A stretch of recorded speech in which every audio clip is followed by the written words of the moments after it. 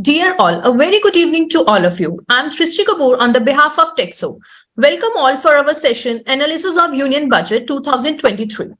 In the journey of the last 1 year plus, Texo work as catalyst in the knowledge space of GST domain, as work as bridge of professionals, academies, industry, especially MSMEs and SMEs, students and government department with different initiative and unique product on GST.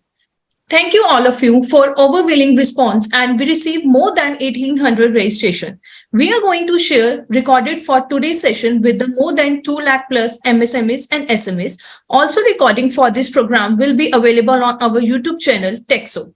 Today we have with us our esteemed guest CA Dr. Girish Ahuja ji, direct tax expert, CA Atul Kumar Gupta ji, past president of ICAI and indirect tax expert, Mr. Brijesh Kumar Agarwal ji, co-founder of IndiaMart and CEO of Busy Business Accounting Software, and Professor SP Agarwal ji, professor in Delhi University and principal in Ramanujan College. I could now welcome income tax guru CA Dr. Girish Ahuja ji to share his view and analysis of Union Budget of 2023. Good afternoon to everyone.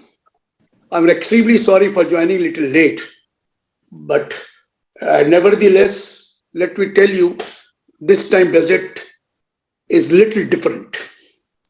I was folding my hand, and I was always crossing my fingers also at the same time, that they may not shift the entire from old regime to the new regime. I will tell you what is the new regime, that you may not get certain deductions or exemption, but you may have to pay tax at a little less rate in the slab phase. That was the case. They were bent upon saying that we will have only new regime and will not go for old regime. Under old regime, you are getting deduction under 80C, like 1,50,000, 80D premium per insurance premium. That also you were getting a reduction. You were getting deduction under 80 TTA, interest 10,000 or 80 TTB for senior citizen 50,000, or you were getting deduction under salary, HRA exemption, LTC exemption, and you were getting deduction under 16.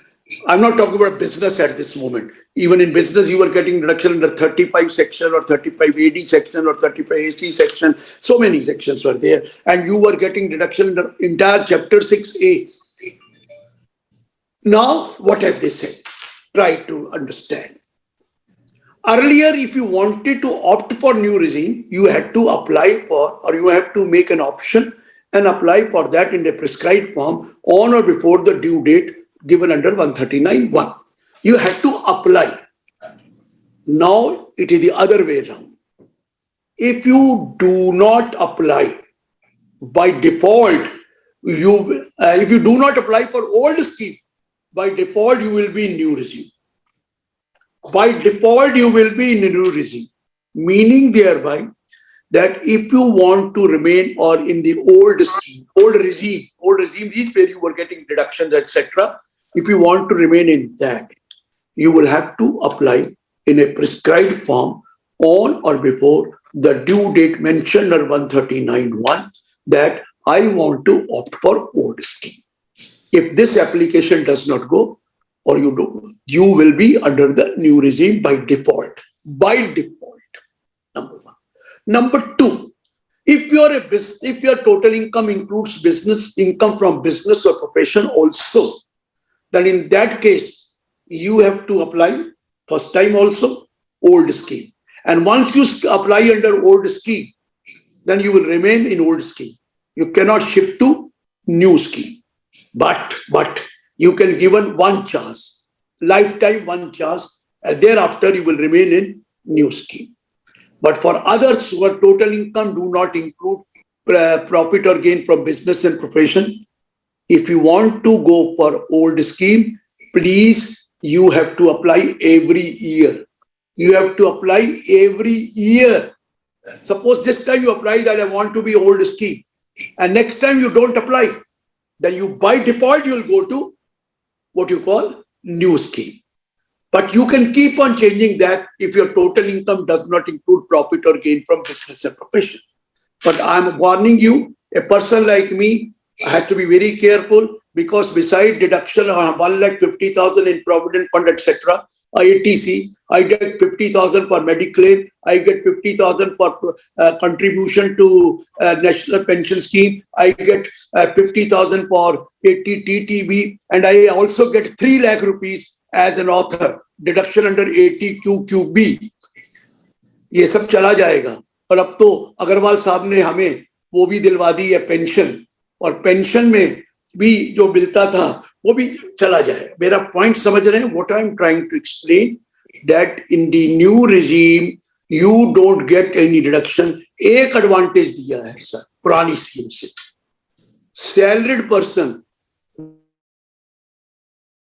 Will get standard deduction. The entertainment allowance, professional protection, he will not get deduction. LTC, he will not get deduction. HRA, he will not get deduction. 1014, he will not get deduction. But one advantage given this time, that you will get deduction of 50,000 of standard deduction, which was hitherto not available if you opt for new scheme. But now, by default, you are in new scheme, 50,000 will be available. Even family pension also, but I don't want to tell family pension at this stage. This is the only advantage which is given. But there is a tax advantage also, sir. Tax advantage. One, if you are under a new scheme, if your total income does not exceed 7 lakh, you don't have to pay even 1 rupee as tax.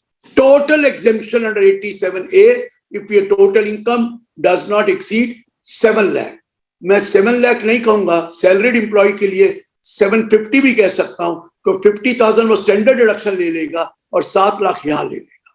मेरी बात को समझे मैंने क्या कहा? 7 लाख तक full exemption है, लेकिन सैलरीड एम्प्लॉय के लिए 50,000 स्टैंडर्ड डिडक्शन तो मिलेगी ना. एलटीसी नहीं मिलेगा, एचआरए नहीं मिलेगा, लेकिन स्टैंडर्ड डिडक्शन तो मिलेगी, वो आपको मिलेगा. लेकिन if you are also having loan for your own house, interest paid, kindly note, you will not get that deduction of 2 lakh if you are going for new scheme. That 2 lakh was allowed only under the old scheme. So you will have to work out. You will have to work out which is better. But you have to be careful that if you want to go for old scheme, you will have to apply now. You will have to make an application. You have to opt for it. अब सुनिए slab क्या है. पहला slab था on first 2,50,000 nil, और next 2,50,000 5%, on next 2,50,000 10%, on next 2,50,000 15%, on next 2,00,000 20%, on next 2,50,000 25%, on the balance 30%. मतलब हर slab 250 के ऊपर 5% बढ़ता था, और पहला 2.5 लाख माफ था. यही था सर. और अब 15 लाख 30% ही था. अब इन्होंने that was whether you are a senior citizen or you are a resident or you are a non-resident, doesn't make any difference. Exemption was 2,50,000 in new scheme. Now in new regime, the exemption shall be 3 lakh, and next slab will be also 3 lakh. So up to 3 lakh nil, next 3 lakh 5%, next 3 lakh 10%, next 3 lakh 15%, next 3 lakh 20%, next रुक गया मैं, क्योंकि अब 25% वाला slab नहीं है, already 15 complete हो गए हैं, अब 15 30%. Are you getting my point? Earlier एक स्लैब और होता था 1250 to 5 lakh and 15 lakh 25%. Now 1250 to 15 is already merged in 3 lakh, 3 into 5 15. So therefore 25 is gone. Now it is 5 10 15 20, either 3 to 6 5, 6 to 9 10, 9 to 12 15, 10, 12 to 15 20, and above 15 30. Clear है sir? Clear है sir? Next point. मेरी नहीं है इतनी return, मैं सोचता भगवान करते मेरी भी इतनी होती. The maximum, the surcharge which was there, maximum surcharge rate was 37%, provided your total income exceeds rupees 5 crore. Now, if I opt for new scheme, the surcharge will be 25% maximum. But that is above 5 crore. अब मुझे फायदा नहीं हुआ, मेरी income इतनी नहीं है sir. मैं सोचा भगवान करे 5 करोड़ से ऊपर होता तो 25% मैं भी देता. मेरी तो 25% वैसे नीचे आती है, 25 ही आती है, 25-35 आएगी नहीं. चलिए, let us come back to the another point. Who already benefit, you know that that under 111A capital gain, 112 capital gain, 112 capital gain, and dividend income, they have already restricted whether you are an old scheme or a new scheme. The TDS, surcharge cannot exceed 15%. वो तो already किया हुआ है for 111A short-term capital gain, 112 any long-term capital gain, 112A, 112A वो लिया हुआ है, and even for dividend, the surcharge maximum is 15%, whether you are under new scheme or you are under old scheme. But under new scheme now, the surcharge maximum will be 25% instead of 37%. Clear, sir?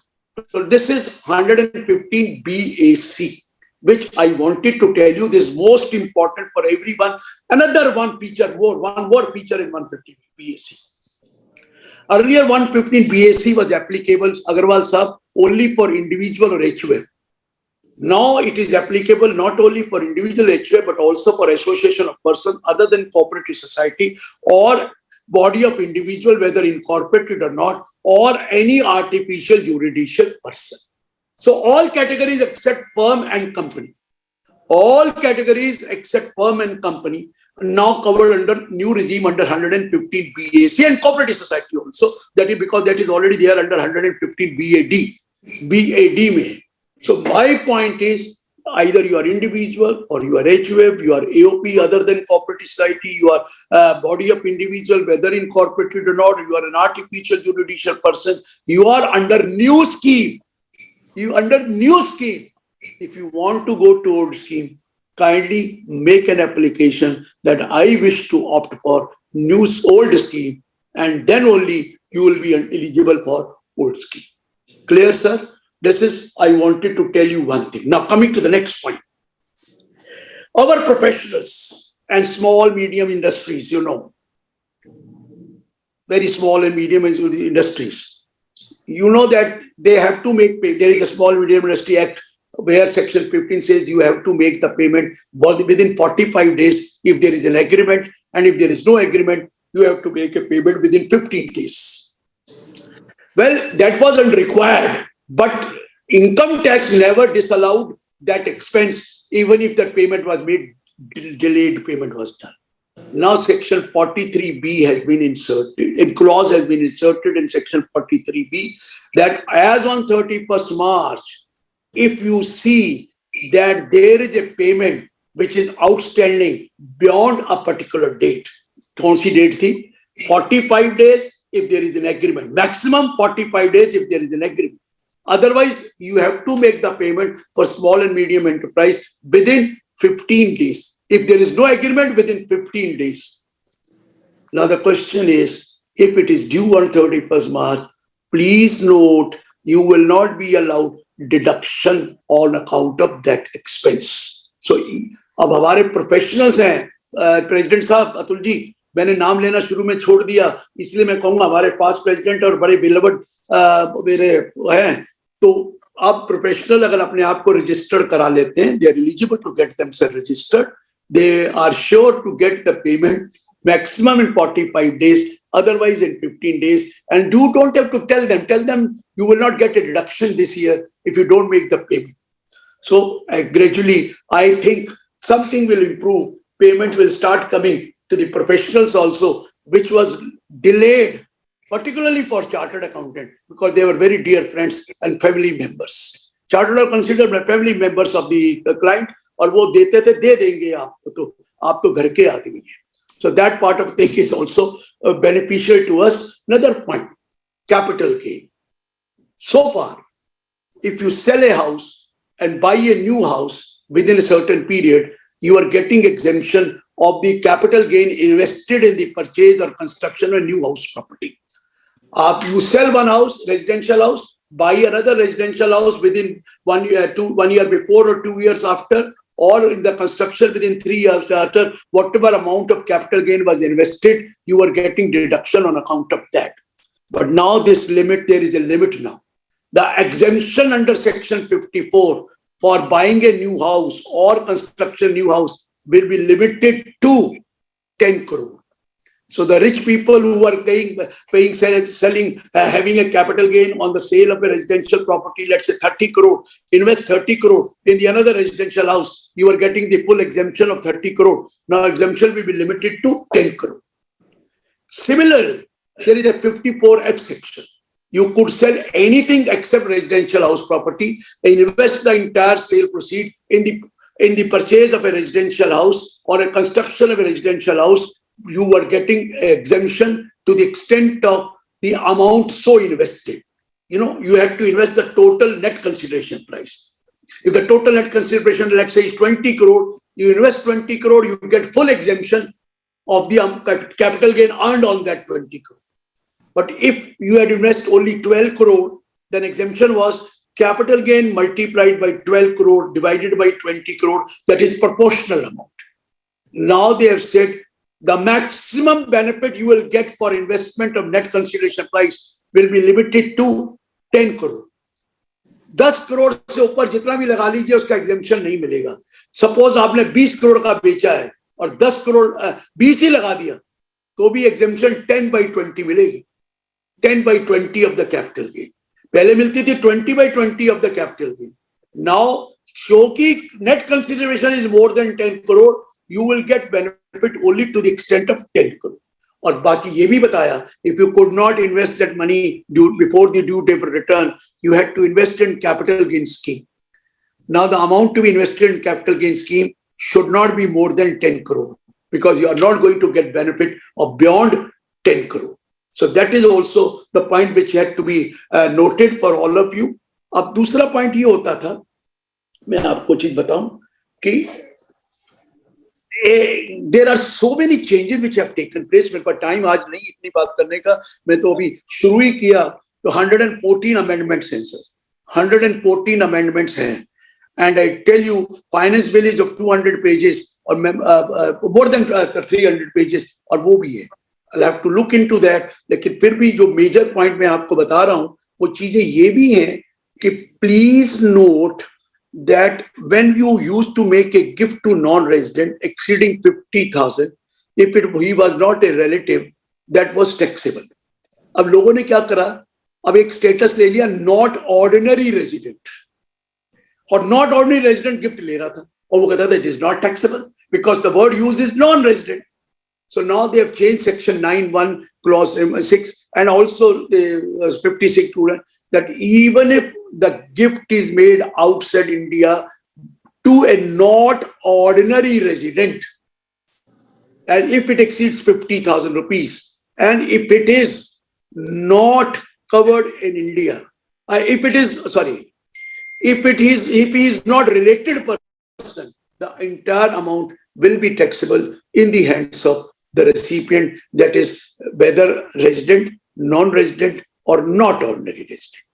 ये भी उन्होंने clear कर दिया so that you may not be mistaken necessarily. और अब एक और Agniveer corpus fund बनाया सर. अग्निवीर आपको पता है कि अग्निवीर वाला जो सिस्टम आया है, so what have they said, like national pension scheme, even Agniveer will also contribute to Agniveer corpus fund. Agniveer corpus fund. Even the employer will also contribute to Agniveer corpus fund. ये दोनों को आप contribute करेंगे.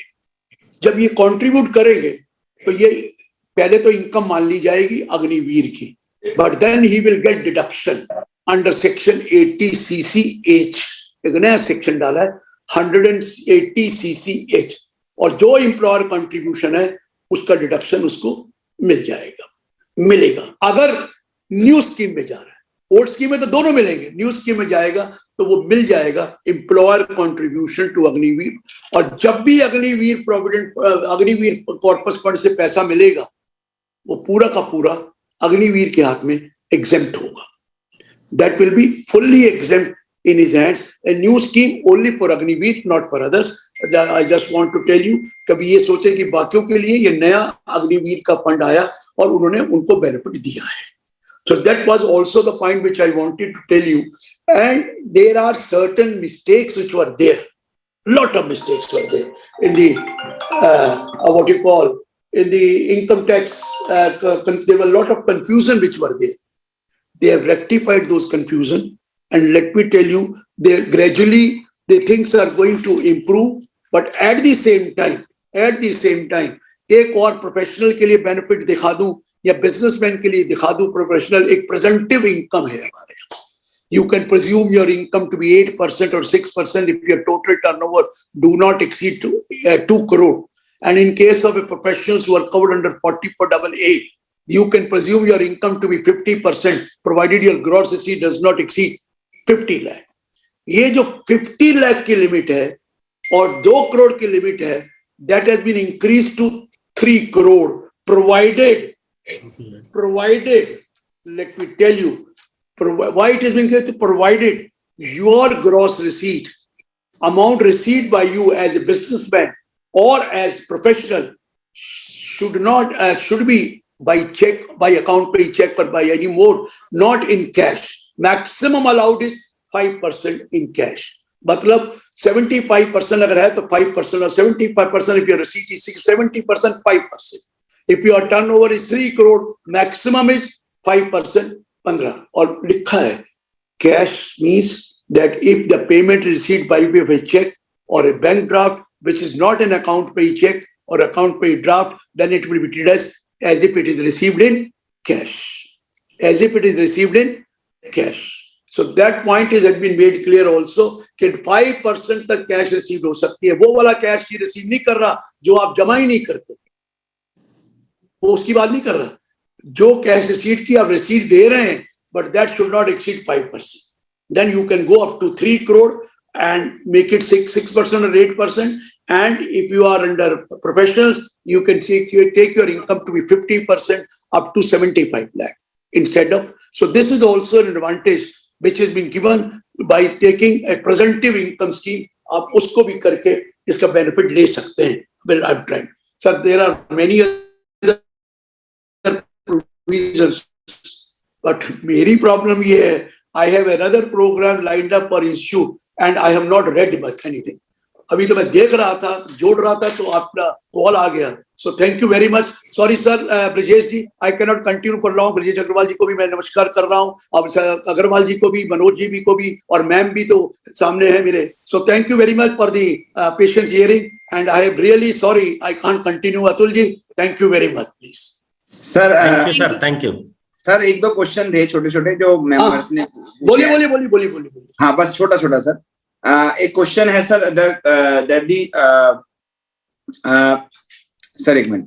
Amendment in 43B is also applicable to those where assessee himself is MSME. MSME ने MSME को payment करनी है तब भी एप्लीकेबल है 43B क्वेश्चन. देखिए MSME आप पेमेंट देने वाले की बात हो रही है. देने वाला कौन है वो वाला कहीं नहीं रखा हुआ अकॉर्डिंग टू मी. मैं एमएसएमई एक्ट जानता नहीं, मैं प्लीज मीडियम मैं अमेरिका एक्ट पूरा जानता नहीं. मुझे तो इनकम टैक्स में लिखा सेक्शन 15 में जो भी लिखा है, that will be allowed only when the payment is made if there is an agreement within 45 days and if there is no agreement within 15 days. But I'm sorry, I'm not very sure, but I don't think it is anywhere written that it should be only for person other than MSME. फिर भी मैं checkup करूं. बिल्कुल ठीक है sir. Sir एक last question है, question है साहिल जी का. If the capital gain is 20 crore and he invested 15 crore only in the 54F. 15 by 20, 10 by 20. Sir आप बहुत सुनिए, आपका टोटल कंसिडरेशन तो 20 है. आपको एग्जेम्पशन मिलनी है 10 करोड़ की. अगर आप 10 करोड़ की लेते तो कंसिडरेशन तो डिवाइड तो 20 से करते हैं. आप योर नेट कंसिडरेशन प्राइस तो 20 है. यू इन्वेस्ट 15 और you invest 10. I am giving you 10 only. I am not giving you more than 10. सो 10 को 20 से ही डिवाइड करना पड़ेगा प्रोपोर्शनेट कंसिडरेशन प्राइस को. उन्होंने कह दिया that you invest only 10 but what is your consideration price 20. So you will get only 50% there. You will get 50% only there. So 10 से ऊपर जो भी लगा के इग्नोर कर दीजिए. अगर 20 का 20 लगाते तो क्या होता, वो भी तो वही होता. बिल्कुल ठीक बात. सृष्टि. Thank you, Girish Ahuja sir. This is our blessing for giving us wonderful insights on the key takeaway for budget. Thank you so much, sir. Thank you, beta. Thank you. I folded. I am leaving. I have to do a lot of other things. Thank you. Thank you, please. Thank you so much, sir. Now I request Professor S.P. Agarwalji, professor in Delhi University and principal of Ramajan College, to share his view on the economic analysis of the Union Budget 2023. Thank you very much. First of all, let me thank TEXO for organizing this wonderful seminar where we have one direct tax expert who has already spoken. He is the best in the country, and you are going to hear from Atul Gupta ji on indirect tax. It is always very difficult to speak after Dr. Ahuja, but I will try my best to speak something on economic analysis of the budget. Friends, we have to look at the two things here. Number one, the economic survey which came yesterday and the budget which came today.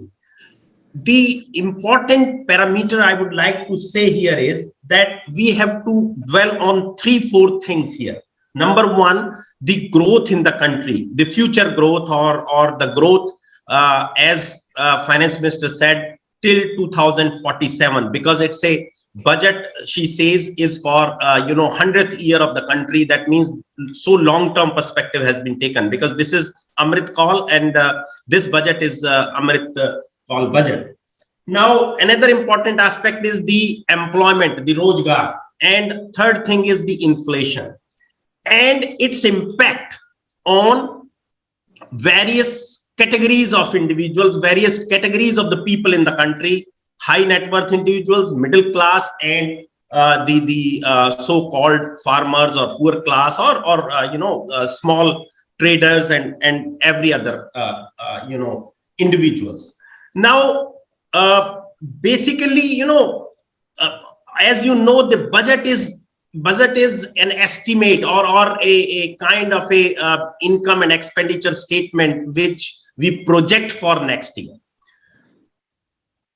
The better thing would have been that if we analyze what we have done in the last year, let us say we had a budget of last year, and then we analyze what we have achieved and what we have left, and this is what we are going to do now, and this is our projection. Of course, I mean, that is not being done in that way, but economic survey gives you some data on various things. Now, another very important thing is that COVID impact is over now.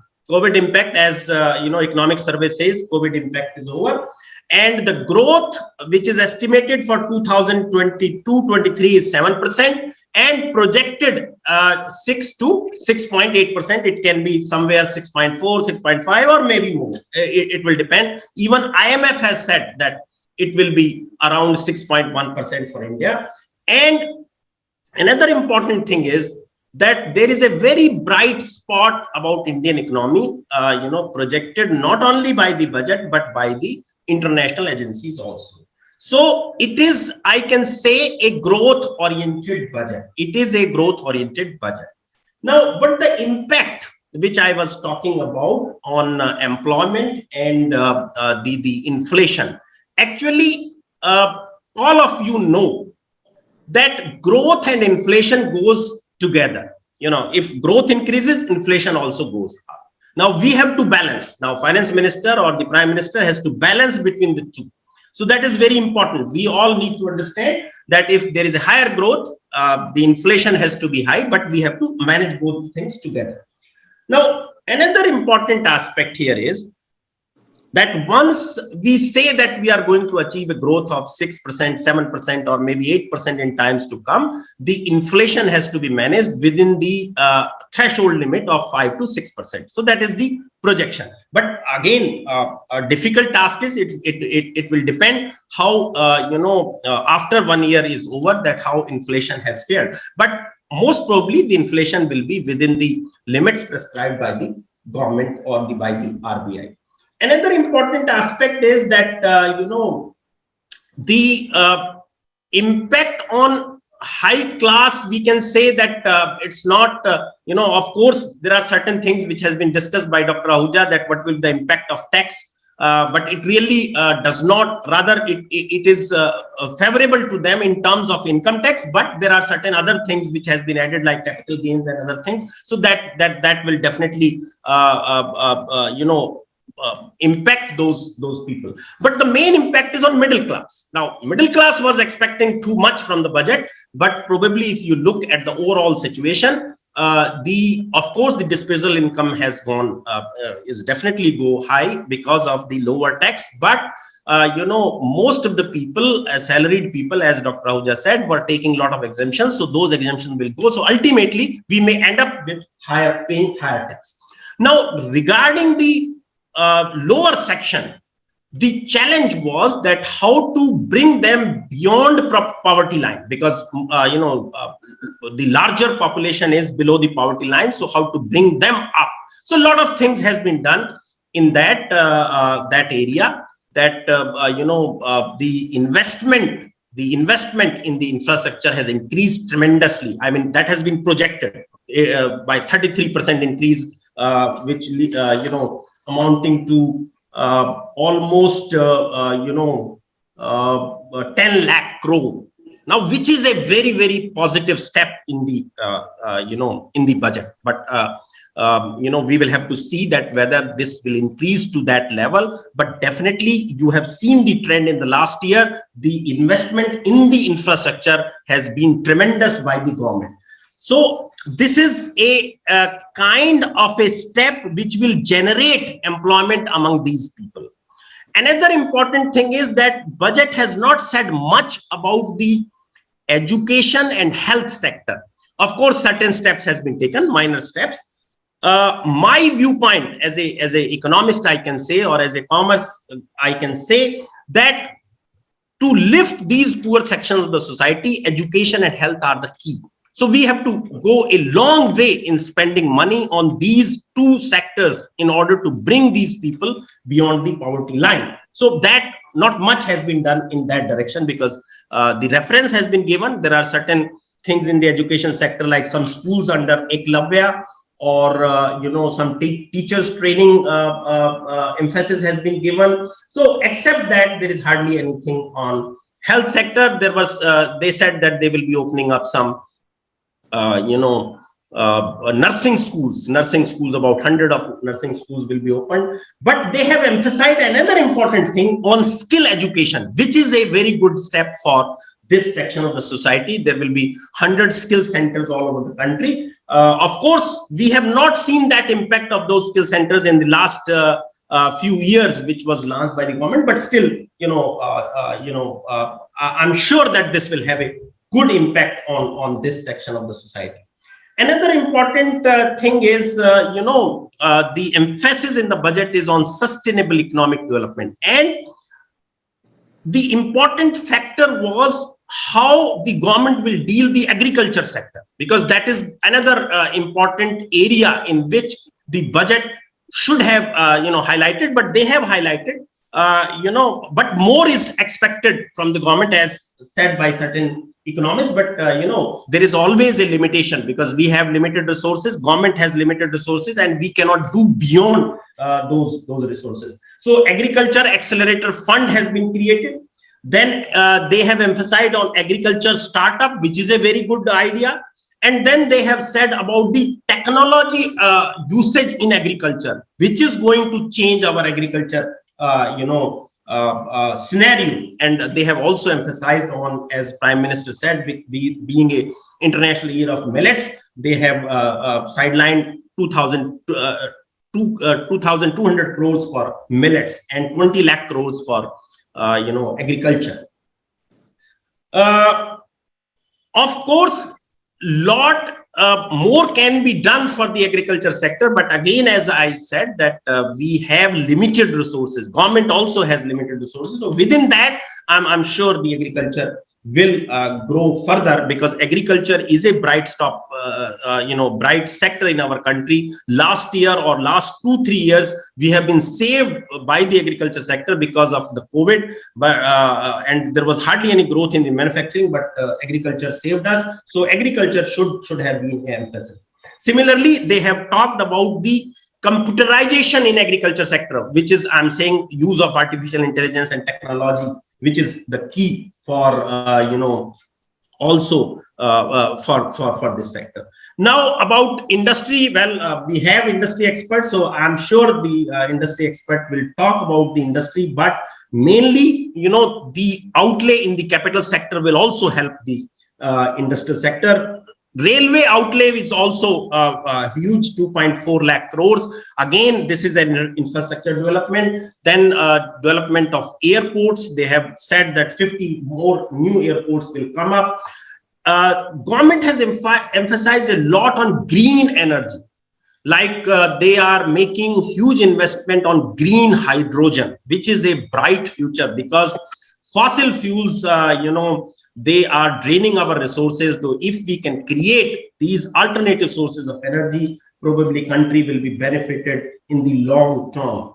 And another important thing in agriculture sector itself, that the budget said that 1 crore farmers will be trained on organic farming. Of course, its result will be known in next 5 years, but still it's a good step. Similarly, they have talked about the tourism sector. 50 more places will be developed and allocated funds for that sector. So I can say that budget is not, a populist budget. It's a growth or people-oriented budget. Another important thing which I would like to say, that in terms of, taxation as well as in terms of economic development, the government has done, probably a very good job within these resources. And also, when we will study in detail, as Dr. Ahuja said, there might be a lot of changes in the taxation and a lot of other things which are inside the budget, which we may not know immediately, but probably the budget, has impacted everyone. Budget has taken care of everyone, and I'm sure it's a futuristic and growth-oriented budget. So with this, once again, thanks to the organizers for having me. If you have any questions, I'm ready to take them. Thank you, Professor S.P. Agarwal, sir, for sharing your view and valuable input on the union budget. Now I request, except from industry, Mr. Brijesh Kumar Agarwal ji, co-founder of India Mart and CA of Busy Business Accounting Software, to share his thought on the economic analysis of the budget 2023. Thank you everyone for having me over here. I think we've had great views from experts on taxation and economic perspective. What I will do in this conversation is to focus on specifically two broad areas that impact micro, small and mid-sized enterprises, because this is a segment that we really work very focused upon.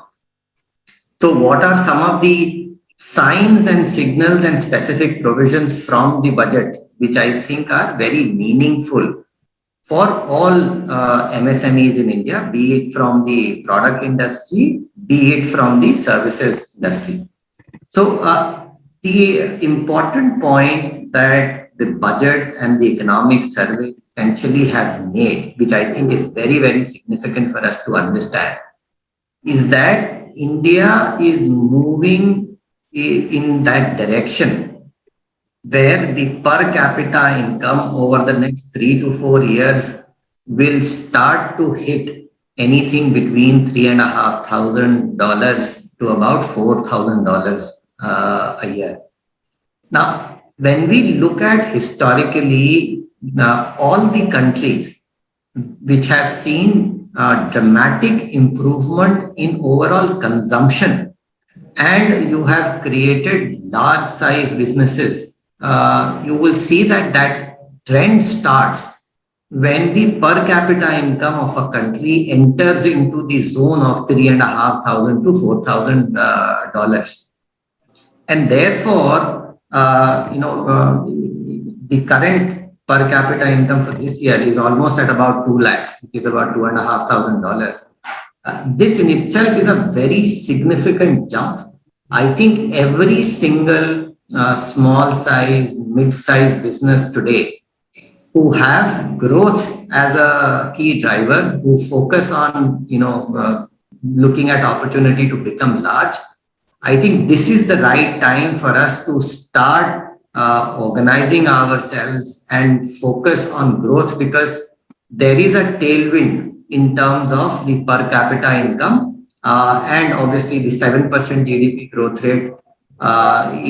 Frankly, it comes to me as a surprise, wherein everybody pegged that this rate may go down to about 6.1% to 6.5%, but 7% is an excellent growth rate in turbulent times like these. So this is one big message that I really get as a positive for all the MSMEs. The other key element that we've seen from this government, and this has been true for the last multiple years now, is the amount of capex that the government is making on infrastructure. Right? Defense also has now been added to it because with a lot of focus on doing indigenization or producing products for defense within India in itself. If you look at the overall capital allocation that has been done sector-wise, you will see that the top 4 or 5 sectors are all infrastructure related. Now, with that kind of capex moving in, we have seen that the private sector capex in India, that cycle hasn't yet taken off, which means that the government is taking up that mantle. And my sense is that over the next 1 or 2 years alone, the private sector will also start investing heavily in terms of capex. And when that starts to happen, it means one, higher growth rates for the country, higher per capita income for the people, as well as the kind of opportunities that come for the MSMEs, because eventually any large infrastructure project to be done, it will require material, it will require services, it will require a lot of things for it to get completed. And it is the MSMEs who will eventually become the beneficiary of doing that. And especially given, the geopolitical situation with China and a lot of focus therefore on doing strong within India, I think we are actually looking at one of the best decades. At least in my lifetime, I have not gone ahead and seen anything like that for all the MSMEs put together. People who are pragmatic, people who see positive, I think for them, the next 5-10 years could be the best growth story that they would have ever imagined for themselves. The third key message that I really saw from the budget is the emphasis on green growth. Now, if you look at green growth, what therefore the government is prioritizing is every single sector where there is an element of focus on achieving green growth essentially will become priority.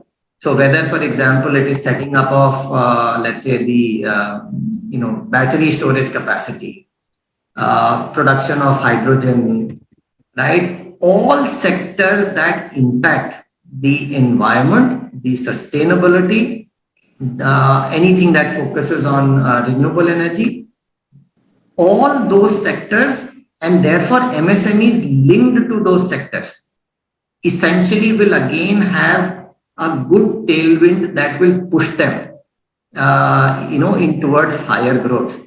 Because when the government is actually spending money, when the government is prioritizing growth of those sectors, what it means is that the residual business which will come to the MSMEs will come to them automatically. There will be a lot of demand. We have to be ready to fulfill that demand and then obviously use that opportunity to grow in them. We've seen these kinds of revolution happening in telecom, right? In the 90s, when telecom sector started to get this tailwind push from the government, every single company associated with that sector had an opportunity to make it big. And we actually saw at least 10 or 12 companies that I know of who eventually went ahead and started doing turnovers of more than 1,000 crores as a result of that. Those were companies that were unknown earlier. And therefore, with this focus on green growth, there are a lot of these newer sectors that emerge for us MSMEs to go and focus on and ensure that we are able to build a sizable business out of this. The fourth key message, and this is for the first time, I just hope that what has been said in the budget is actually followed through well, is clearly that there is one big positive step on actually solving a major problem for MSMEs, which is of getting their money back on time. Right. There have been enough number of announcements, policies that have been made in the past, but they have largely been ineffective. If the new announcement of no deductions being allowed if the payment to MSMEs are not done in time, if it actually gets implemented very, very well, this could actually drive a lot of, I would say, positive cash flows. It could reduce the number of delinquencies that we see in the MSME sector. And it can actually take out a big stress in the system that has been there for ages now. Right. Government obviously has done a lot of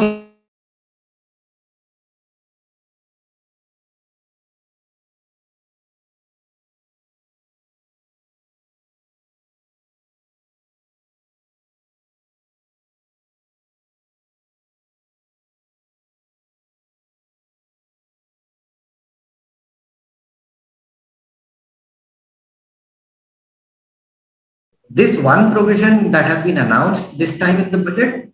Again, as I said, if implemented well, this could actually be a big boon, whereby the MSME does not really have to worry about getting their money back in time. So therefore, their cash flow cycles would be much better. Their predictability of cash flows will be much better. And therefore, for them, to start focusing on growth rather than on collections becomes far more easier available there.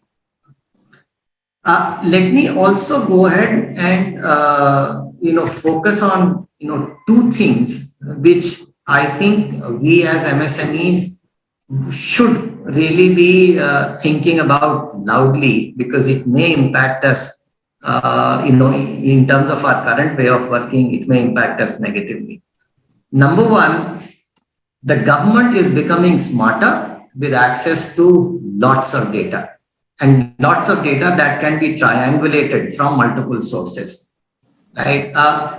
In some senses, the government is actually becoming like a corporate entity that works upon data to drive growth of revenue for themselves. I think we've seen a lot of that happening, through GST already. My sense is that the government will have data on literally everything that you go ahead and do. So therefore, formalization of the way we operate our business, becoming compliant while we are trying to grow our business, the need for that is far more than ever, in my opinion now. We've also seen that companies who have been able to formalize themselves and move in sync with the market, they've actually been able to get much higher growth than the non-compliant, non-formalized entities, specifically in the times of COVID and immediately post that. So just to give you an example, when we look at some of, let's say, our customers, and we look at what was the turnover that they used to do pre-COVID and post-COVID, companies which were formalized, which had a good, decent system of compliance in place, their growth rates during COVID and immediately post-COVID was between 30% to 60%. Whereas companies who were not formalized, they actually degrew, which means business from those not formalized companies actually went to the formalized entities during that period. And I think this is something which is seen as a trend by us every single time we go ahead and look around, meet our customers and get this data. The decade-old or century-old methodology which we adopted to grow our business or to make money in the business in the past, I don't think it is going to be relevant for a very, very long periods of time. The sooner we realize and align ourselves to it, the faster we will be on a growth path. I am not talking about any exceptions. Exceptions will always be there. You can look around and you can find 25 informal companies which are growing very well. But when you look at in terms of percentages, percentage wise, companies that are formalizing are actually able to grow faster, and this is a peaceful growth that they really get in there. And therefore, I think with the government continuing its focus on aggregating data, triangulating that data from multiple sources and trying to build up one aggregated platform, I think that is something which will give more ammunition and more power to the government in the times to come. It is better that we align ourselves rather than fight over it. The second thing that we should really be, looking at and focused upon from the budget perspective is the government's focus on bringing the cost of logistics down from about 15% to less than 5%. I think that in itself has been a tremendous effort being put in a short span of time. We are invested in another company that does some work on aggregating this data for the government. Right from conceptualization of this idea to its implementation, government did that in 10 months time period. So the overall system which is now available for commercial utilization, whereby you can track data on the basis of FASTag, on the basis of different carriers, different modes, that has been aggregated and pooled together in less than 1 year's time. So what it means is that the pace at which digitization of this data is happening and the quality of the infrastructure which is used at the back end, which allows different entities to access that data using an API microservices framework, I think that is going to bring in incredible amount of changes. Supply chain costs overall for the country over the next 3 to 4 years will start to come down dramatically. So if there are businesses which are built on the basis of, let's say, localization, that, if I set up a factory in an area, and I get 100-kilometer radius area that I can serve, that 100-kilometer area may not necessarily remain valid for you, because if the logistics costs get cut, people may start sending those products from 200 kilometers away, and yet pricing wise, it would start to make sense in that market. So any form of, this kind of a protected environment that have been the basis of building up business by the MSMEs, specifically with respect to supply chain, I think that is again something that will come under severe stress because of these developments that are going to happen here. So overall, if I were to summarize this, there is a lot of positive stimulus which is going to come to MSMEs, which, if they want to use, can act as a tailwind for their growth. It is better for us to align to those growth parameters rather than focus upon those, decade-old, century-old method of building business, making money out of that business.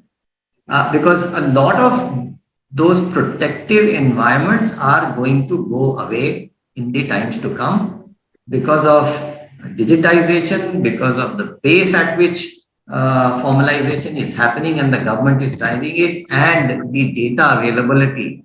I think that is a very, very powerful tool The government has tasted success with utilizing data to drive their revenues. They are not going to let it go at any cost from here. Right. So this is what I had from my side. Thank you so much. Thank you so much, sir, for your wonderful insight and takeaway from the union budget. So we have few questions for the MSMEs. Yeah. So first we have, could the economy survey report is the foundation of the preparing the budget?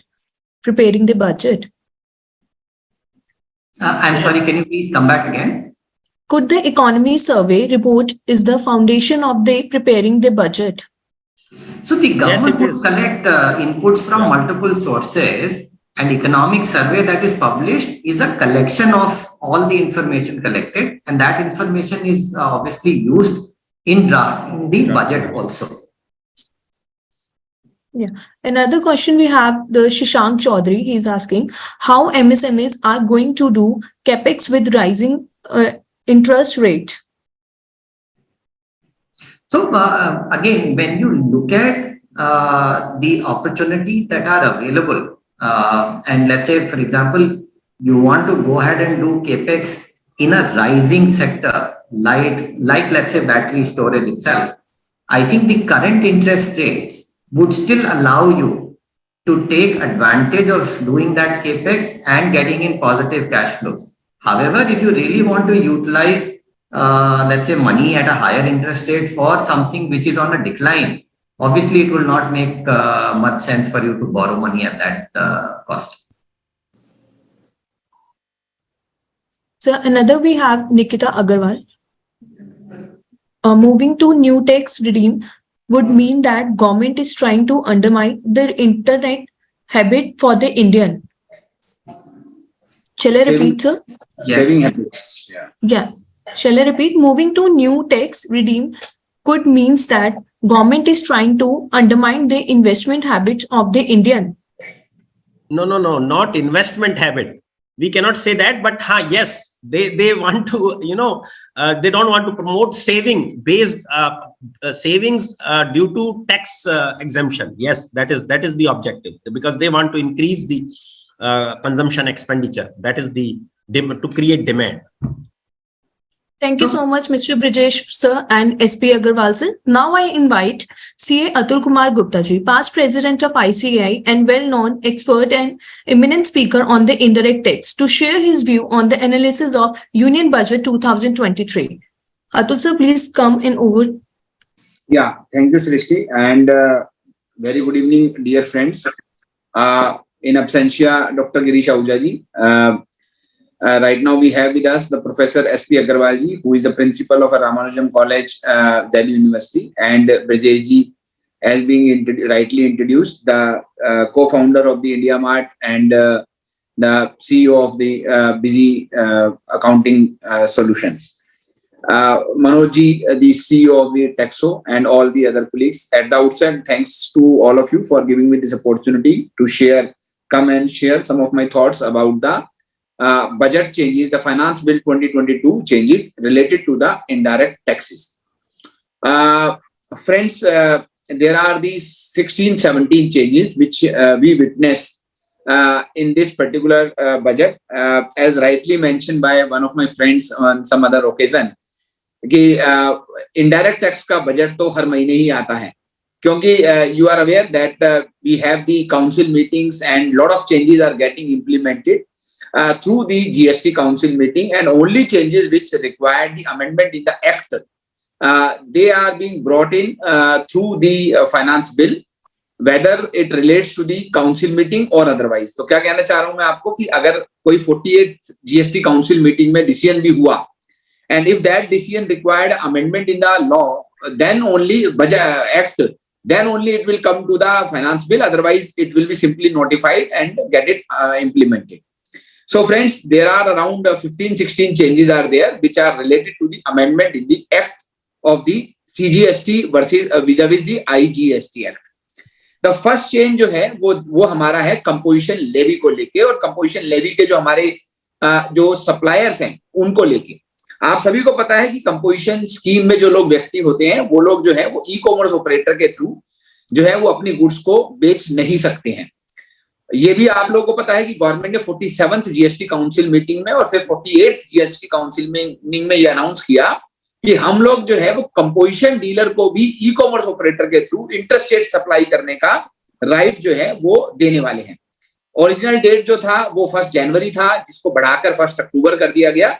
अब जो section 10 के अंदर जो है वो उसके लिए necessary provision insert कर दिए गए हैं कि अब जो है वो अगर आप कंपोजिशन स्कीम में हो और आप सप्लाई ऑफ गुड्स करना चाहते हैं, मैं बात उनकी नहीं कर रहा हूं जो सप्लाई ऑफ सर्विस करना चाहते हैं, अगर आप सप्लाई ऑफ गुड्स करना चाहते हैं तो कंपोजिशन स्कीम में है तो आप ई कॉमर्स ऑपरेटर के थ्रू भी डील कर पाएंगे। ऐसा फैसिलिटेशन जो है वो इनबिल्ट कर दिया गया है सेक्शन 10 के अंदर। यस, उसकी जो डेट अनाउंस है वो 1 अक्टूबर है, वो 1 अक्टूबर से ही एप्लीकेबल होगा। ये बात हम सब लोगों को नोट कर लेनी चाहिए। जो दूसरी अमेंडमेंट है वो प्रैक्टिकली एक क्लैरिफिकेटरी नेचर की है। आप लोगों को पता है कि अगर सपोज कीजिए कि मेरे को 180 दिन में पेमेंट, तो आपको पता है कि अगर मैंने कोई क्रेडिट लिया तो उस क्रेडिट को मुझे जो, जैसे आपने अभी देखा कि एमएसएमई एक्ट में 45 डेज में पेमेंट करना है, लेकिन अगर वो व्यक्ति जो सप्लायर है मेरा, अगर वो एमएसएमई सेक्टर में नहीं भी है तो जीएसटी लॉ ये कहता है कि आपको इनवॉइस लेने के बाद, तो लेट अस से जनवरी इनवॉइस है 1 जनवरी का, 15 मार्च को मेरे को वो इनवॉइस मिला, 20 अप्रैल को मैंने उसका क्रेडिट लिया, पर मुझे उसका पेमेंट करना है 180 डेज में from the date of invoice, यानी कि 1 जनवरी से। अगर मैं ऐसा नहीं करता हूं तो मुझे लॉ में जो लिखा हुआ था, लॉ में मुझे लिखा हुआ था कि उसकी जो आउटपुट लायबिलिटी है, अगर वो 180 दिन में पेमेंट नहीं करता है तो ऑटोमेटिकली सिस्टम क्या करेगा, उसकी आउटपुट लायबिलिटी में इंक्रीज कर देगा उसका जो टैक्स का वैल्यू है। तो लेट अस से मैंने 1 लाख रुपए के ऊपर 18,000 रुपए का क्रेडिट लिया और वो मैं 180 दिन में पेमेंट नहीं कर पाता हूं, तो मुझे 18,000 रुपए मेरी आउटपुट लायबिलिटी में ऐड हो जाएंगे अलॉन्ग विद द इंटरेस्ट। लेकिन क्या होता है, वो ऑटोमेटिक सिस्टम मैचिंग का कंसेप्ट खत्म हो चुका, तो उस वजह से जो है वो अब ये जो है वो अपने आप में सेल्फ असेसमेंट होगा रादर देन सिस्टम इसको ऐड करेगा, क्योंकि सिस्टम को तो नहीं पता 180 डेज हुए या नहीं हुए किसी पर्टिकुलर इनवॉइस को लेके। तो इसलिए इस फैसिलिटेशन को जो ऑटोमेशन में था उसको एक मैनुअल एक्सरसाइज की तरह किया गया कि आपको जो है वो खुद अपने आप में ये चेक करना है कि 180 डेज कंप्लीट हुए या नहीं हुए। अगर 180 डेज में उसका पेमेंट नहीं हुआ है तो आप उस टैक्स को ना केवल पे करेंगे बल्कि इंटरेस्ट के साथ आप उस क्रेडिट को अपनी लायबिलिटी में रिवर्स, अपनी लायबिलिटी को इंक्रीज करके क्रेडिट को रिवर्स कर देंगे। इसके अलावा एक और चेंज है जो सेक्शन 16 के अंदर ही हुआ है, वो भी अगेन एक ग्रामेटिकल, मैं कहूंगा कि सिर्फ एक आपको कहते हैं कि एक जस्ट ऑप्टिक्स चेंज है। और वो क्या है कि हमारे पास जो थर्ड प्रोविजन था सेक्शन 16 का, उसमें एक वर्ड था made by him, the payment made by him. अब पेमेंट मेड बाय हिम को जो है वो रिप्लेस कर दिया गया है to payment made to the supplier. अब इन दोनों वर्ड्स में कई बार ऐसी सिचुएशन आती थी कि सपोज कीजिए मुझे 180 दिन में पेमेंट करनी है और मैंने मनोज कपूर जी को पेमेंट करनी है, लेकिन वही पेमेंट जो है वो मैंने एसपी अग्रवाल जी को भिजवा दी कि आप इनको पेमेंट कर दीजिएगा। तो देखा जाए तो पेमेंट मेड बाय हिम हो गया, मैंने तो पेमेंट कर दी लेकिन मनोज जी के पास पेमेंट पहुंची नहीं। तो अल्टीमेटली इस तरह के आर्ग्यूमेंट्स हुए, डिस्प्यूट्स हुए, जजमेंट अपने जो है वो लिटिगेशन था इस बात का क्लियर करने के लिए कि इसका मतलब ये नहीं है कि पेमेंट जो है वो मेड बाय हिम हो गया तो अतुल गुप्ता ने पेमेंट कर दिया, matter over. No, the payment should be made to the supplier. जो मनोज कपूर जी को जब तक अगर पेमेंट नहीं मिलती है 180 डेज में, तब तक जो है वो मुझे रिलीफ नहीं मिलेगा, क्रेडिट मेरा कंटिन्यू नहीं रहेगा, I have to reverse the credit. तो ये हमारा जो है वो दूसरा बड़ा अमेंडमेंट था जिसके अंदर 2 फर्दर अमेंडमेंट थे, वो मैंने आपको बताए। फ्रेंड्स, जो तीसरी चेंजेस है वो भी अपने आप में बड़ी इंटरेस्टिंग है। 2 हम लोग पहले से उसको करते आ रहे हैं, लेकिन फिर भी मैं हर बार जब भी कोई प्रोग्राम करता हूं तो उस टॉपिक को बड़ा अच्छे से वो करता हूं, डिस्कस करता हूं, और वो है हमारा रेशियो एनालिसिस। मतलब मैं अगर टैक्सेबल और एग्जम्प्टेड दोनों तरह की सप्लाई में डील करता हूं तो मुझे सेक्शन 17(2) और 17(3) मुझे डील करने होते हैं और मुझे एक रेशियो निकालना होता है मेरी टैक्सेबल और एग्जम्प्टेड का, और उस रेशियो में मुझे क्रेडिट लेना होता है। मैं क्या बात कह रहा हूं, सपोज टर्नओवर 1 करोड़ रुपया है और 70 लाख टैक्सेबल है और 30 लाख एग्जम्प्टेड है, तो मुझे रेशियो निकालना है सेक्शन 17 के हिसाब से, सेक्शन 17(3) के हिसाब से, और वो रेशियो कितना आएगा 70/100। मतलब मुझे 70% टैक्सेबल है और मेरी 30 लाख रुपए एग्जम्प्टेड है, तो मुझे 70% क्रेडिट मिलेगा whatever the credit is available to me. So मेरे पास 40,000 का क्रेडिट है तो मुझे 28,000 रुपीज क्रेडिट मिलेगा। अब जो है जब ये कैलकुलेशन में कर रहा था तो उस कैलकुलेशन के अंदर जो है वो हमारे को बहुत सारी एक्टिविटीज को बताया गया कि आपको इनको भी एग्जाम सप्लाई मानना है। जैसे एग्जाम्पल की बात है कि कोई एडवोकेट है वो रिवर्स चार्ज में उसने कोई सर्विस दी, आपने रिवर्स चार्ज में जमा कराया, तो वो एडवोकेट के लिए एग्जम्प्टेड सप्लाई है। ऐसे ही अगर मैं शेयर्स मार्केट में डील करता हूं तो ट्रांजैक्शन सिक्योरिटी के लिए 1% ऑफ द सेल वैल्यू को एग्जम्प्ट सप्लाई माना गया। तो ऐसे करके मुझे बहुत सारी एक्टिविटीज बताई गई कि जिनको भी एग्जम्प्ट माना जाएगा। अब उसी कैटेगरी के अंदर एक नई एक्टिविटी को भी जोड़ा जा रहा है, और वो एक्टिविटी क्या है कि अगर मान लीजिए कोई आप जो है वो कोई वेयर हाउस गुड्स है जो कस्टम बॉन्ड से पहले वेयर हाउसिंग हुआ, उन गुड्स को आपने जो है वो कंजम्पशन के लिए क्लियरेंस, तो एक हुआ कि आपने जो है वो कस्टम बैरियर से उसको कंजम्पशन के लिए क्लियर करवा रहे हैं, उस क्लियरेंस से पहले अगर वो गुड्स एक व्यक्ति से दूसरे व्यक्ति को ट्रांसफर कर दी जाती है, तो मतलब क्लियरेंस होने से पहले अगर वो सेल कर ली जाती है, तो वो क्या हुआ, वो मेरी कस्टम बैरियर में आई नहीं, जिसको हम एक तरह से हाई सी सेल्स भी बोलते हैं कई बार। तो अगर वो गुड्स मेरी जो है वो अगर हाई सी सेल्स है, तो हाई सी सेल्स भी मेरी एग्जम्प्टेड सप्लाई की डेफिनेशन में आ जाएगी, और मुझे उस केस के अंदर जो है वो रेशियो एनालिसिस निकालते वक्त उसको एग्जम्प्टेड सप्लाई जो है वो मुझे मानना पड़ेगा, उससे रिलेटेड जो क्रेडिट है वो मुझे रिवर्स करना पड़ेगा। तो ये अपने आप में एक बहुत इंपॉर्टेंट चेंज है जो हम सब लोगों को नोट करना चाहिए, क्योंकि ये रेशियो अगर मैं नहीं निकालता हूं सही, तो मैं क्या करूंगा, ज्यादा क्रेडिट ले लूंगा, और क्रेडिट अगर ज्यादा लिया तो बाद में मुझे इंटरेस्ट और पेनल्टी के साथ उस क्रेडिट को रिवर्स करना पड़ता है। तो इसलिए बड़ी इंपॉर्टेंटली आप लोगों ने इस बात को नोट करना है, और ताकि हमारे पार्ट में कोई भी किसी भी तरह की इस तरह की कोई गलती ना हो जाए। फ्रेंड्स, एक और चीज है, इंपॉर्टेंट चीज है जो आप सब लोगों ने नोट करनी है, और वो है सीएसआर से रिलेटेड एक्सपेंडिचर। आपको पता है कि मैं सीएसआर की एक मैंडेटरी रिक्वायरमेंट है कि अगर आपकी टर्नओवर, आपकी नेटवर्थ इतनी है, आपका जो है वो टर्नओवर इतनी है, तो आपको 2% का सीएसआर एक्सपेंडिचर करना है। अब जो मैंने सीएसआर एक्सपेंडिचर किया उस पर इनपुट क्रेडिट मिलेगा या नहीं मिलेगा, ये अपने आप में हमेशा एक लिटिगेटिव इशू है। मेरे पास सर्विस टैक्स से लेकर कुछ ऐसी जजमेंट है जिनमें क्रेडिट मिल जाएगा लिखा आता है, और कुछ ऐसी जजमेंट भी है जिनमें क्रेडिट नहीं मिलेगा, ये भी लिखा हुआ है। एडवांस रूलिंग की अथॉरिटी अभी रिसेंटली आई जिसमें बोला कि सीएसआर से रिलेटेड एक्सपेंडिचर के ऊपर क्रेडिट मिल जाएगा, लेकिन अब इस बजट के अंदर जो है वो अभी उसके लिए नोटिफिकेशन इशू हो जाएगा। उन्होंने क्लियर किया है कि ब्लॉक क्रेडिट जो हमारा सेक्शन 17 सबसेक्शन 5 है, उसके अंदर उन्होंने क्लियर किया कि ब्लॉक क्रेडिट की डेफिनेशन के अंदर सीएसआर एक्सपेंडिचर को भी डाला जा रहा है। मतलब जिस दिन हमारा ये नोटिफिकेशन आ जाएगा उसके बाद आपको सीएसआर एक्सपेंडिचर पे क्रेडिट अवेलेबल नहीं होगा। जैसे आपको फूड एंड बेवरेजेस पे नहीं होता है, आपको मोटर व्हीकल पे नहीं होता है, वैसे ही सीएसआर एक्सपेंडिचर पे भी क्रेडिट नहीं मिलेगा।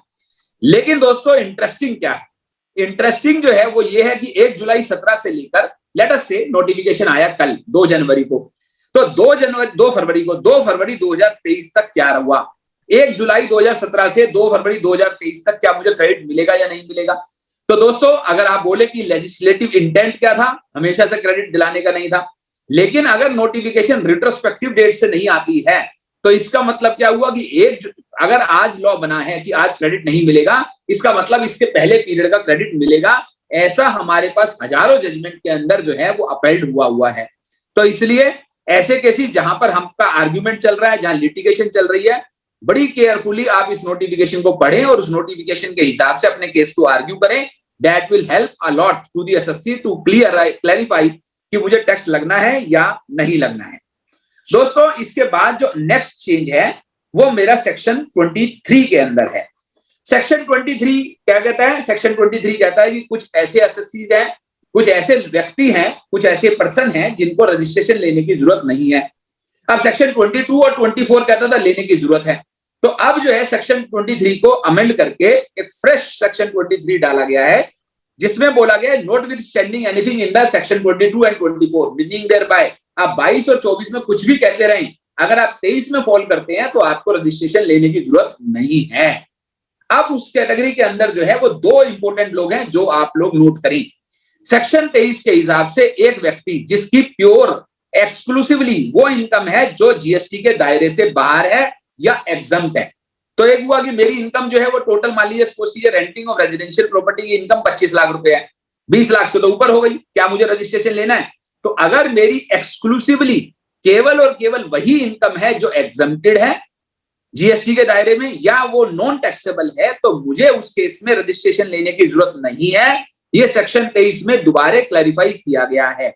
और साथ में क्या बताया गया है कि अगर एक एग्रीकल्चरिस्ट है और उस एग्रीकल्चरिस्ट की कुछ इनकम ऐसी है जो supply of produce out of the cultivation of land, अगर वो कल्टीवेशन ऑफ लैंड कर रहा है, उससे कुछ प्रोड्यूस पैदा होती है और केवल उसकी वही इनकम है, तो उस केस में एग्रीकल्चरिस्ट को भी जो है वो उस टू द एक्सटेंट ऑफ, तो वो पर्टिकुलर इनकम के लिए उसको रजिस्ट्रेशन लेने की जरूरत नहीं है। अगर उसकी कोई और दूसरी इनकम है तो सर्टेनली वो उसको अपने आप में रजिस्ट्रेशन लेना होगा। ये एक बार के लिए सेक्शन 23 के अंदर बताया गया। तो सेक्शन 22, 23, 24 में जब कॉन्ट्रेरी व्यू आता था, उसको क्लैरिफाई करने के लिए सेक्शन 23 को रीएश्योर किया गया कि सेक्शन 23 के हिसाब से आपको क्रेडिट लेने की, आपको रजिस्ट्रेशन लेने की जरूरत नहीं है। फ्रेंड्स, हम लोग जो है वो इसके बाद अपने को, आपको पता है कि हम लोग को GSTR 1 फाइल करते हैं हम सेक्शन 37 में। मैं आपको कई सारे अमेंडमेंट इकट्ठे करके बता रहा हूं अभी एक बार के लिए। सेक्शन 37 के अंदर हमें बताया गया है कि आपको GSTR 1 फाइल करनी है। GSTR 3 भी हम सेक्शन 39 में फाइल करते हैं। सेक्शन 44 के अंदर हम एनुअल रिटर्न फाइल करते हैं और सेक्शन 52 के अंदर जो है वो हम TCS की रिटर्न फाइल करते हैं। हमारी रिटर्न लेट हो गई, GSTR 1 भरने में लेट हो गए, 3B फाइल करने में, एनुअल रिटर्न फाइल करने में या TCS की रिटर्न फाइल करने में। तो आपने क्या करा कि आपने बाद में रिटर्न फाइल करी, इंटरेस्ट के साथ रिटर्न फाइल करी। लेकिन अब एक नया अमेंडमेंट जो है वो इन चारों सेक्शनों में डाल दिया गया है और उसमें बता दिया गया है कि एक सनसेट क्लॉज होगी। मतलब आप जो है वो किसी भी सिचुएशन में अगर गवर्नमेंट हमें एक्सटेंड करती है ड्यू टू एनी रीजन, वो एक अलग विषय है, पर अदरवाइज 3 साल की एक सनसेट क्लॉज डाल दी गई है from the date of applicable, from the date when return should have been filed. तो अगर सपोज कीजिए कोई 31 दिसंबर 2022 को रिटर्न फाइल करना था, लेट अस से हम 21-22 की बात करते हैं एनुअल रिटर्न की, तो अगर 31 दिसंबर 2022 को वो रिटर्न फाइल करना था तो 31 दिसंबर 2025 के बाद आप उस रिटर्न को फाइल नहीं कर पाएंगे। एक सनसेट क्लॉज ऐसे करके डाल दी गई है। तो ये GSTR 1 के लिए भी एप्लीकेबल है, 3B के लिए भी एप्लीकेबल है, एनुअल रिटर्न के लिए भी एप्लीकेबल है और TCS से रिलेटेड रिटर्न के लिए भी ये अपने आप में एप्लीकेबल है। फ्रेंड्स, इसके बाद जो अगली कैटेगरी का चेंज है, मैं 9 नंबर चेंज में पहुंच गया हूं, जो इस कैटेगरी में, इस कड़ी में जो चेंजेस डिस्कस हो रहे हैं। जो 9वां चेंज है वो है हमारा रिफंड को लेके। तो अपने पास जो रिफंड हम लोग सेक्शन 54 के अंदर फाइल करते हैं, उसके अंदर जो है वो एक जो है वो हमारे पास एक ऐसे वर्ड लिखा हुआ था, ऐसी एक वर्ब लैंग्वेज लिखी हुई थी कि आपका excluding the amount of ITC provisionally accepted. मतलब क्या था कि आपको प्रोविजनल रिफंड क्लेम देने की बात जो है वो सेक्शन में लिखी गई थी, लेकिन ऐसा होता नहीं है प्रैक्टिकली, क्योंकि 1 मिनट के लिए वो आउट ऑफ दी, वो इंप्लीमेंट ही नहीं हुआ कभी। तो उस बात को, क्योंकि वो अपने आप में मैचिंग कंसेप्ट से अपने आप इंप्लीमेंट नहीं हुआ, तो आपको पता है लास्ट ईयर में हमने देखा था कि जहां पर 2A 2B का रिकंसिलेशन करने का एक अपने आप में कंपलसरी रिक्वायरमेंट था कि सिस्टम करेगा, आपको DA2 भरनी है, मतलब आपको परचेज रिटर्न फाइल करनी है, उन सेक्शन को लास्ट टाइम ईयर में डिलीट कर दिया गया था। पर्पस क्या था कि जब हमने परचेज रिटर्न को इंप्लीमेंट ही नहीं किया तो वो लॉ में क्यों पड़ी रहे, तो उसको लॉ से ही डिलीट कर दिया गया। उसी तरीके से उससे रिलेटेड जितने भी चेंजेस थे अब उनको भी किया जा रहा है और उसी की सीरीज में सेक्शन 54 के अंदर ये अमेंडमेंट किया गया है और ये लाइन को डिलीट कर दिया गया है कि आपका जो है वो excluding the amount of ITC provisionally accepted. Friends, इसके अलावा हमारे को सेक्शन 56 के अंदर क्या मिलता है, इंटरेस्ट मिलता है। अगर मैं रिफंड फाइल किया और मुझे इंटरेस्ट चाहिए तो इंटरेस्ट के ऊपर झगड़े होते हैं। अभी भी रिसेंटली एक केस का हम लिटिगेशन फाइल कर दिए हुए हैं कि जो है वो 1 मिनट के लिए उससे रिलेटेड जो है वो उसके क्या मैनर्स होंगे इंटरेस्ट को कैलकुलेट करने के, वो क्लैरिटी नहीं है। तो गवर्नमेंट ने सेक्शन 56 के अंदर एक प्रोविजन इंसर्ट किया है और उस प्रोविजन के तहत एम्पावरमेंट ली है कि गवर्नमेंट अब रूल्स इंट्रोड्यूस करेगी इंटरेस्ट की कैलकुलेशन के लिए। तो जल्दी ही आपको वो रूल मिलेंगे जिसके अंदर अगर आपका रिफंड है और रिफंड पे इंटरेस्ट बनता है तो वो कैसे कैलकुलेट होगा, उसकी एक कैलकुलेशन जो है वो आपको अपने सेक्शन 56 के माध्यम से एक रूल के अंदर देखने को मिलेगी।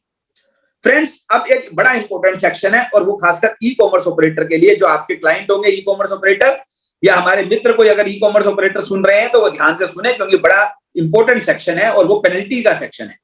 सेक्शन 122 में एक नई पेनल्टी जो है वो ई कॉमर्स ऑपरेटर्स के ऊपर लगाने की बात की गई है।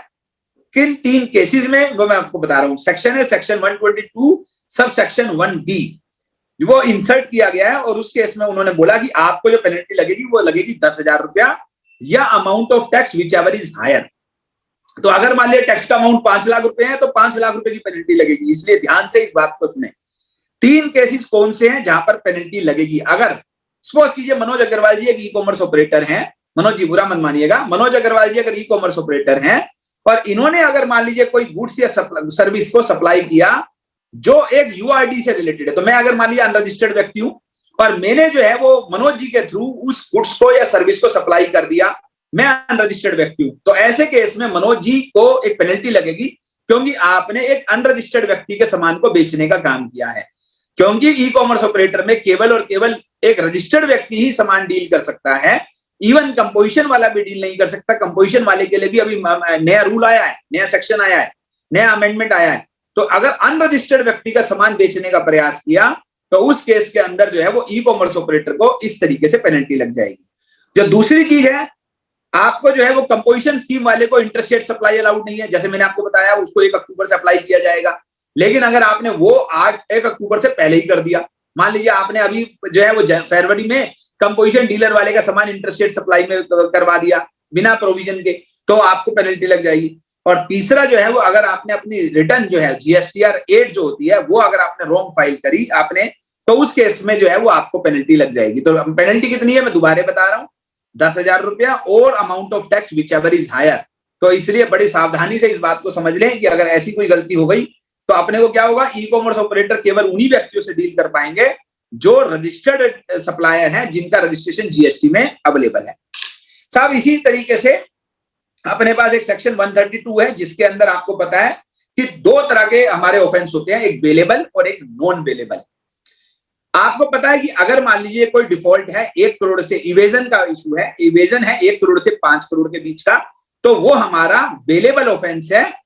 और अगर वो 5 करोड़ से ऊपर का अमाउंट ऑफ इवेजन है तो वो नॉन बेलेबल ऑफेंस है। अभी जो है वो आपको याद होगा 48 जीएसटी काउंसिल मीटिंग में गवर्नमेंट ने अनाउंस किया था कि हम इस लिमिट को बढ़ाएंगे, और उन्होंने अनाउंसमेंट भी किया कि 1 करोड़ को 2 करोड़ कर दिया जाएगा। तो अब जो है वो इस पर्टिकुलर प्रोविजन को, क्योंकि एक्ट में अमेंडमेंट लाना था, तो आपको इस बजट के अंदर वो अमेंडमेंट देखने को मिलेगा 132 के अंदर, जिसके तहत 48 जीएसटी काउंसिल मीटिंग की अनाउंसमेंट को इंप्लीमेंट किया गया है और बोल दिया गया है कि अब जो है वो 2 तरह के ऑफेंस वही रहेंगे, बेलेबल नॉन बेलेबल। और अगर आपका अमाउंट 2 करोड़ से कम का है तो कोई ऑफेंस, वो कॉग्निजेबल वाली बात नहीं है, उसके अंदर कोई अरेस्ट के प्रोविजन नहीं है। अगर वो 2 करोड़ से ऊपर का अमाउंट है और 5 करोड़ तक का है तो वो बेलेबल है, और 5 करोड़ से ऊपर का है तो नॉन बेलेबल है। लेकिन इसमें एक राइडर है। इसमें एक राइडर क्या है कि अगर मान लीजिए फेक इनवॉइस की वजह से इवेजन है, अगर किसी ने फेक इनवॉइस इशू करी और उसकी वजह से इवेजन है, तो ओरिजिनल जो लिमिट थी 1 करोड़ की वो वैसी की वैसी बनी रहेगी, फिर वही है पुरानी 1 करोड़ और 5 करोड़ और 5 करोड़ से ऊपर वाली। तो इसलिए ये अपने आप में एक वेलकम चेंज है, जहां पर किसी इंटरप्रिटेशनल इशू की वजह से अगर कोई आदमी को परेशानी होती है तो उस आदमी को इस तरीके से प्रोसिक्यूशन के प्रोविजन से वो बाहर रह सकता है। इसी तरीके से कुछ कंपाउंडिंग ऑफ ऑफेंस को लेकर सेक्शन 138 में अपने को अनाउंसमेंट की गई थी बजट के 48 जीएसटी काउंसिल मीटिंग में कि उससे रिलेटेड हम कुछ अमेंडमेंट लेके आएंगे। वो अमेंडमेंट भी जो है वो अब अनाउंस कर दिए गए हैं, जिसके अंदर अपने जो है वो कुछ ऑफेंसेस को कंपाउंड करने के लिए आपको जो है वो 25% टैक्स तक का जो है वो पेमेंट करने से वो ऑफेंस आपके कंपाउंड हो जाएंगे। तो सेक्शन 138 के अंदर जो है वो बहुत सारे अपने जो है वो ऑफेंसेस दिए गए हैं। आप उन ऑफेंसेस को एक बार के लिए बाद में हम लोग जो है वो आराम से पढ़ सकते हैं। जैसे सेक्शन 132 के अंदर ए से एफ, एच, आई और एल जो है वो हमारे कुछ ऑफेंसेस हैं जिनके लिए कंपाउंडिंग की जो है फैसिलिटी अवेलेबल है। समय नहीं है तो मैं अदरवाइज वो सारे ऑफेंसेस आपको मैं अलग से बता भी देता। साहब इसके बाद हम लोगों के पास कुछ और 2-3 अमेंडमेंट हैं जो मैं आपको बताना चाहूंगा। एक सेक्शन 158A, एक नया सेक्शन इंट्रोड्यूस किया गया है, जिसके अंदर गवर्नमेंट ये कहती है कि भाई मैं आपकी जीएसटी से रिलेटेड कुछ इंफॉर्मेशन है, आपने रिटर्न फाइल करी और वो रिटर्न फाइल जो आपने करी वो मैं किसी दूसरे रेगुलेटर को देना चाहता हूं, जिससे कि वो चेक करे कि आप कुछ गलत तो नहीं कर रहे हैं। तो अब जो है वो अगर मैं आपकी इंफॉर्मेशन दे दूंगा, कल को आप बोलेंगे भाई साहब मेरी इंफॉर्मेशन आपने कैसे दे दी, तो उस एम्पावरमेंट के लिए कि मैं आपकी इंफॉर्मेशन जो है वो मैं किसी दूसरे कॉमन पोर्टल पे शेयर कर सकता हूं for the purpose of governance, वो अपने आप को एम्पावर करने के लिए सेक्शन 158 इंट्रोड्यूस किया गया है। तो आने वाला समय में जैसे अग्रवाल साहब बता रहे थे या आहूजा साहब या ब्रजेश जी बता रहे थे, एक इकोसिस्टम, गवर्नेंस का इकोसिस्टम जो है वो कंट्री में जो है वो और ज्यादा मजबूत करने का प्रयास किया जा रहा है, जिसके तहत data sharing between the various department, between the various regulators you will see in the light of the day. इसके अलावा एक और इंपॉर्टेंट बात है कि हमारे पास 2 तरह की अब हम बात करते हैं हाई सी सेल्स की। सब फ्रेंड्स ये ध्यान रखिएगा एक बार के लिए ये अमेंडमेंट भी 48 जीएसटी काउंसिल मीटिंग में अनाउंस किया गया था कि हाई सी सेल्स टैक्सेबल नहीं होती है। कब से टैक्सेबल नहीं होती है? 2018 में, 2019 में इसका लिए एक नोटिफिकेशन आया और उस नोटिफिकेशन के अंदर जो है वो 1 फरवरी 2019 से बता दिया गया कि हाई सी सेल्स टैक्सेबल नहीं होती है। पर हाई सी सेल्स तो शुरू से ही टैक्सेबल नहीं होती है, इवन हमारी ओल्ड रिजीम में भी नहीं होती थी। तो इस बात को ध्यान में रखते हुए 48 जीएसटी काउंसिल मीटिंग में बोला गया कि नहीं नहीं भाई साहब, 1 फरवरी 19 की बात नहीं है, ये तो 1 जुलाई 17 से ही टैक्सेबल नहीं थी। ठीक है साहब, तो इसलिए जो है वो 1 जुलाई 17 से ही टैक्सेबल नहीं है। ये अनाउंस तो करा 48 जीएसटी काउंसिल मीटिंग में, लेकिन एक्ट में अमेंडमेंट करना है, इसलिए इस फाइनेंस बिल में ऐसा अमेंडमेंट जो है वो इंट्रोड्यूस किया गया है कि हाई सी सेल जो है वो 1 जुलाई 17 से ही टैक्सेबल नहीं थी। वो अपनी neither will be treated as taxable supply of goods not supply of service. लेकिन अगर कोई बोले कि ओहो आपने ये अमेंडमेंट रिट्रोस्पेक्टिव कर दिया, मुझे रिफंड चाहिए, तो उन्होंने साथ साथ ये भी लिख दिया कि हम रिफंड किसी का नहीं देंगे भाई साहब, हमने आपको बता दिया कि ये टैक्सेबल शुरू से नहीं थी, तो इसलिए कोई रिफंड के लिए कोई एलिजिबल नहीं होगा। ऐसा करके अपने को उस अमेंडमेंट के अंदर इंसर्ट कर दिया गया है साहब। इसके अलावा 2 बड़े छोटे छोटे चेंज हैं। Online information and data access retrieval service का जो है वो OIDR से रिलेटेड जो है वो और section 2 of the IGST act में, और एक सेक्शन 12 के अंदर जो ट्रांसपोर्टेशन ऑफ गुड्स है वो भी 48 जीएसटी काउंसिल मीटिंग में अनाउंस किया गया था कि अगर सपोज कीजिए कि 1 मिनट के लिए एक गुड्स है जो मनोज जी जो है वो इंडिया से सिंगापुर भेजना चाहते हैं, और मैं जो है वो मैं एक एयर ट्रेवल की सर्विस देता हूं, कार्गो ट्रांसपोर्टेशन की सर्विस देता हूं, मैं भी इंडिया में ही अवेलेबल हूं, तो मैं भी इंडिया में हूं, मनोज जी भी इंडिया में, लेकिन गुड्स जो है वो इंडिया से बाहर जा रही हैं। तो नॉर्मली प्लेस ऑफ सप्लाई क्या होता है? प्लेस ऑफ सप्लाई होता है डेस्टिनेशन ऑफ गुड्स का होता है। तो ऐसे केस के अंदर क्या इस पे टैक्स लगेगा या नहीं लगेगा, ये कंफ्यूजन था। इस कंफ्यूजन को 48 जीएसटी काउंसिल मीटिंग में अनाउंस किया था। इस बजट में उसको इंप्लीमेंट कर दिया गया और बता दिया गया कि ऐसी एक्टिविटी के ऊपर डेस्टिनेशन प्लेस ऑफ सप्लाई जो है वो नेचुरली जो है वो उसका बाहर रहेगा, लेकिन ऐसी एक्टिविटी, क्योंकि बायर जो सर्विस रिसिपिएंट है और प्रोवाइडर दोनों इंडिया में है, इसलिए ये एक्टिविटी जीएसटी के दायरे में आएगी और इसके ऊपर IGST एप्लीकेबल होगा, जिसके अंदर आपको जो आप कोड सिलेक्ट करेंगे वो 96 कोड सिलेक्ट करेंगे फॉरेन टेरिटरी का। तो फ्रेंड्स, ये था हमारा लास्ट चेंज जो इनडायरेक्ट टैक्स से रिलेटेड इस बजट में, इस फाइनेंस बिल 2022 में अनाउंस किया गया। तो फ्रेंड्स, आई बिलीव कि I try to cover all the points which have been there in the this amendment, this finance bill 2022 within the 30 minutes time allotted to me. And once again, thanks to the team Taxo, SP Agarwal Saab, and each one of my colleagues who attended this program and giving me this opportunity to share some of my thoughts. Thank you very much. एक question है sir कि can I repeat the amendment in section 17(3)? तो मैं सिर्फ ये बताना चाहूंगा, 17(3) में आप रेशो निकालते हैं और उस रेशो के लिए एक अमेंडमेंट किया गया जिसमें हम लोग जो है वो एग्जम्प्टेड सप्लाई में एक नई एक्टिविटी को डाल रहे हैं।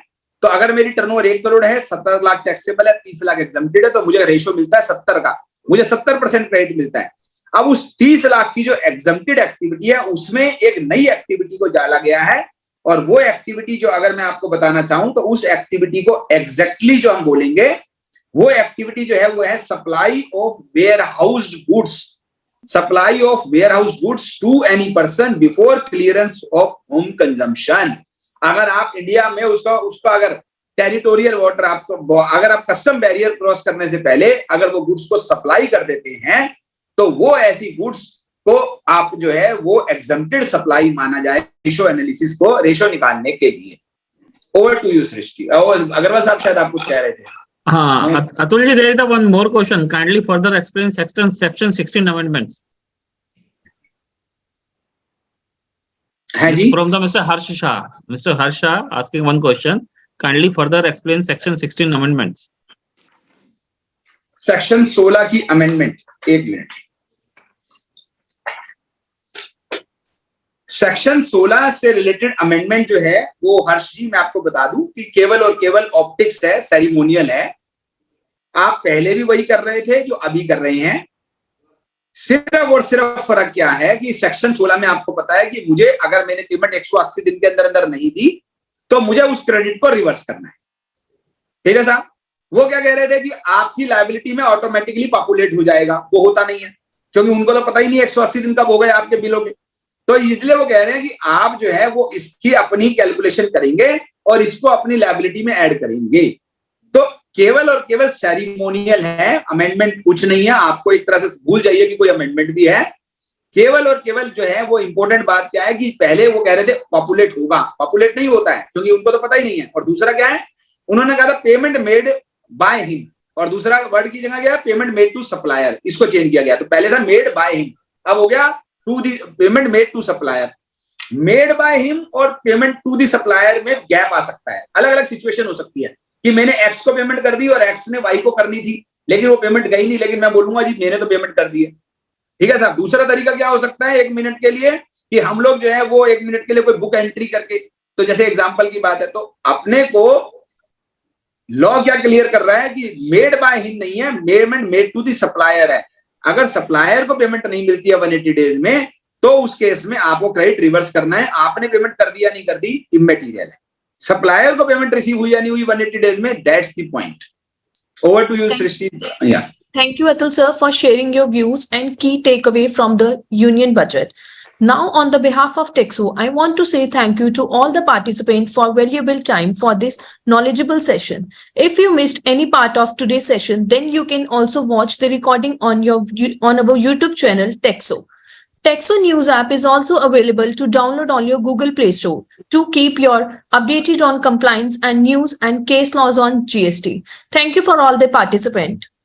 मनोज जी आप कुछ कहना चाहें, कह रहे थे आप, या अग्रवाल साहब कुछ? मैं सिर्फ कह रहा था सारे क्वेश्चन शायद हम नहीं कर पाए कवर, तो उनके because recording is there, you can send replies to them.